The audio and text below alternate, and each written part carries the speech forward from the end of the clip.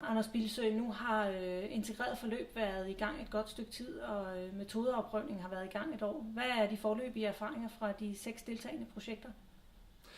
Jeg synes generelt set, at erfaringen er, at medarbejdere, ledere og medarbejdere er rigtig glade for det at have oplevet og arbejde sammen om at udvikle nye løsninger.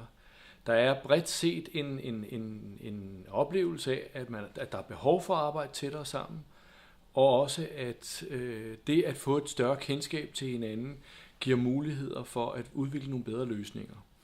Det de er jo i gang med i øjeblikket er at prøve de her løsninger af. Det har de været det seneste års tid, og noget af det vi kan se på resultatsiden er, at der er positive tilbagemeldinger fra brugere, både på voksenområdet og på børneområdet.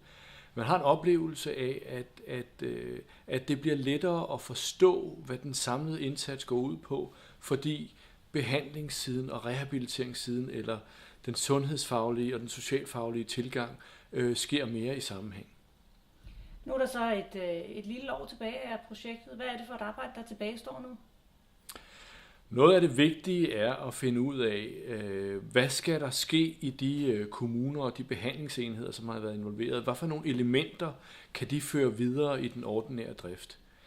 Det værste, der kunne ske, var, at de erfaringer, der bliver gjort i de her projekter, at de bare hænger og flagrer til sidst. Vi er meget interesserede i at arbejde meget på i projekterne, at finde ud af, hvilke elementer kan føres videre i den ordinære drift, og hvad kræver det i den resterende projektperiode at gøre dem i stand til at træffe beslutninger om at føre nogle af de her elementer videre.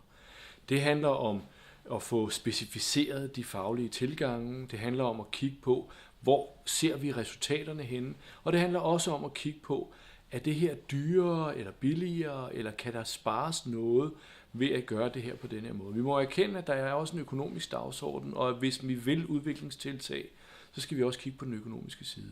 Så det bliver det, der bliver det vigtige i den resterende periode, at blive færdige med at få erfaringer med metoderne, og så finde ud af, hvordan kan de blive forankret i den ordinære drift. Tak skal du have.